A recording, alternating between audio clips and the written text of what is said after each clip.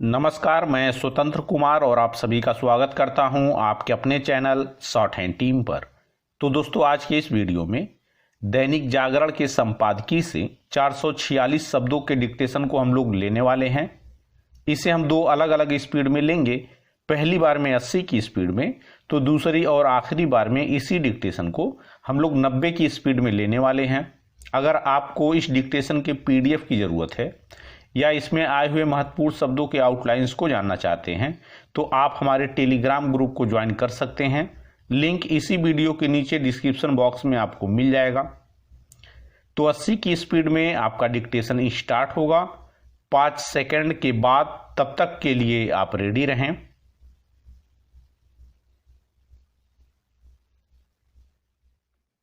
Start. मुख्यमंत्रियों और उच्च न्यायालयों के मुख्य न्यायाधीशों के सम्मेलन में विभिन्न विशिष्ट वक्ताओं की ओर से जो विचार व्यक्त किए गए उनमें से कई ऐसे हैं जो पहले भी सामने आ चुके हैं। समय पर न्याय उपलब्ध कराने और जनहित याचिकाओं के दुरुपयोग को रोकने की जरूरत को लेकर इसके पहले भी बहुत कुछ कहा जा चुका है, लेकिन नतीजा ढाक के 3 पात वाला है। यह समझ आता है कि समय पर न्याय उपलब्ध कराने के उद्देश्य की पूर्ति तभी हो सकती है जब न्यायपालिका और कार्यपालिका मिलकर आगे बढ़ें, लेकिन उच्चतर न्यायालय अपने स्तर पर ऐसी व्यवस्था तो स्वयं ही कर सकते हैं जिससे जनहित याचिकाओं का दुरुपयोग रुके। आखिर ऐसी कोई व्यवस्था क्यों नहीं की जा रही है? जैसी समस्या संकीर्ण इरादों वाली जनहित याचिकाओं की है, वैसी ही फालतू की याचिकाओं की भी। किसी को बताना चाहिए कि इस तरह की याचिकाओं पर तमाम सवाल उठने के बाद भी उन पर लगाम क्यों नहीं लग रही है। वास्तव में न्यायिक क्षेत्र की कोई भी समस्या हो, उसका समाधान बिना इच्छा शक्ति के संभव नहीं।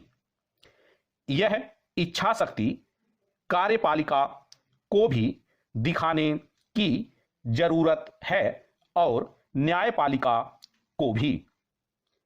यदि ऐसा नहीं किया जाता तो इस तरह के नेक विचारों पर कभी अमल नहीं होने वाला कि जनता से जुड़े मामलों में न्याय जनता की भाषा में ही दिया जाए। पैरा।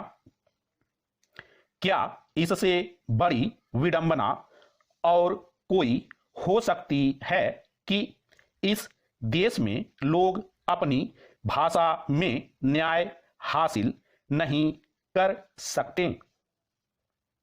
आखिर जब अन्य अनेक देश अपने लोगों को उनकी भाषा में न्याय उपलब्ध कराने में समर्थ हैं, तो भारत में ऐसा क्यों नहीं हो सकता?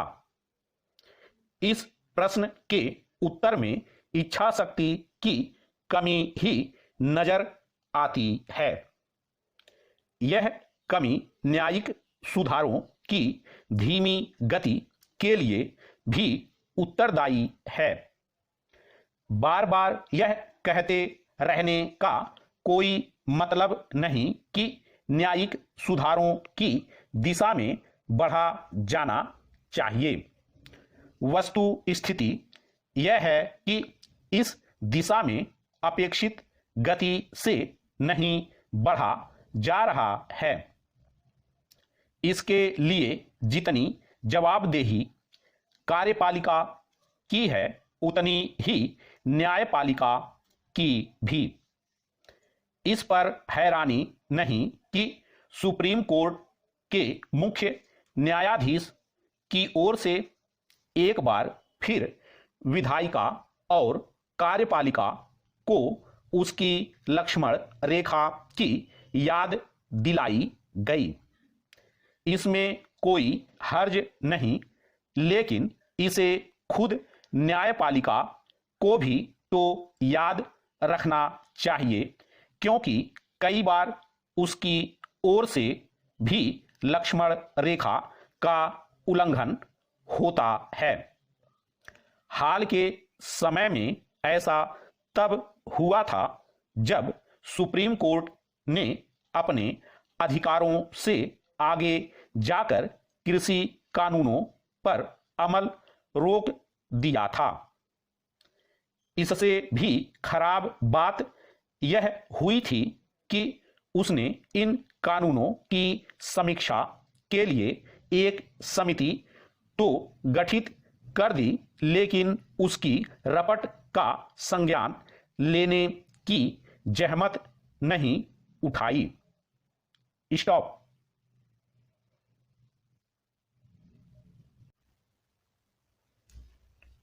दोस्तों, इसी डिक्टेशन को दूसरी बार में हम लोग 90 की स्पीड में लेंगे और आपका समय स्टार्ट होगा 5 सेकंड के बाद।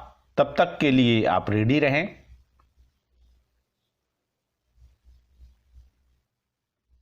स्टार्ट। मुख्यमंत्रियों और उच्च न्यायालयों के मुख्य न्यायाधीशों के सम्मेलन में विभिन्न विशिष्ट वक्ताओं की ओर से जो विचार व्यक्त किए गए, उनमें से कई ऐसे हैं जो पहले भी सामने आ चुके हैं। समय पर न्याय उपलब्ध कराने और जनहित याचिकाओं के दुरुपयोग को रोकने की जरूरत को लेकर इसके पहले भी बहुत कुछ कहा जा चुका है, लेकिन नतीजा ढाक के 3 पात वाला है। यह समझ आता है कि समय पर न्याय उपलब्ध कराने के उद्देश्य की पूर्ति तभी हो सकती है जब न्यायपालिका और कार्यपालिका मिलकर आगे बढ़ें, लेकिन उच्चतर न्यायालय अपने स्तर पर ऐसी व्यवस्था तो स्वयं ही कर सकते हैं जिससे जनहित याचिकाओं का दुरुपयोग रुके। आखिर ऐसी कोई व्यवस्था क्यों नहीं की जा रही है? जैसी समस्या संकीर्ण इरादों वाली जनहित याचिकाओं की है, वैसी ही फालतू की याचिकाओं की भी। किसी को बताना चाहिए कि इस तरह की याचिकाओं पर तमाम सवाल उठने के बाद भी उन पर लगाम क्यों नहीं लग रही है। वास्तव में न्यायिक क्षेत्र की कोई भी समस्या हो, उसका समाधान बिना इच्छा शक्ति के संभव नहीं। यह इच्छा शक्ति कार्यपालिका को भी दिखाने की जरूरत है और न्यायपालिका को भी। यदि ऐसा नहीं किया जाता तो इस तरह के नेक विचारों पर कभी अमल नहीं होने वाला कि जनता से जुड़े मामलों में न्याय जनता की भाषा में ही दिया जाए। पैरा। क्या इससे बड़ी विडंबना और कोई हो सकती है कि इस देश में लोग अपनी भाषा में न्याय हासिल नहीं कर सकते? आखिर जब अन्य अनेक देश अपने लोगों को उनकी भाषा में न्याय उपलब्ध कराने में समर्थ हैं, तो भारत में ऐसा क्यों नहीं हो सकता? इस प्रश्न के उत्तर में इच्छा शक्ति की कमी ही नजर आती है। यह कमी न्यायिक सुधारों की धीमी गति के लिए भी उत्तरदायी है। बार बार यह कहते रहने का कोई मतलब नहीं कि न्यायिक सुधारों की दिशा में बढ़ा जाना चाहिए। वस्तु स्थिति यह है कि इस दिशा में अपेक्षित गति से नहीं बढ़ा जा रहा है।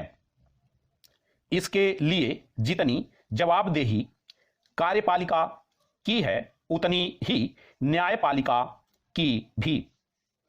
इस पर हैरानी नहीं कि सुप्रीम कोर्ट के मुख्य न्यायाधीश की ओर से एक बार फिर विधायिका और कार्यपालिका को उसकी लक्ष्मण रेखा की याद दिलाई गई। इसमें कोई हर्ज नहीं, लेकिन इसे खुद न्यायपालिका को भी तो याद रखना चाहिए, क्योंकि कई बार उसकी ओर से भी लक्ष्मण रेखा का उल्लंघन होता है। हाल के समय में ऐसा तब हुआ था जब सुप्रीम कोर्ट ने अपने अधिकारों से आगे जाकर कृषि कानूनों पर अमल रोक दिया था।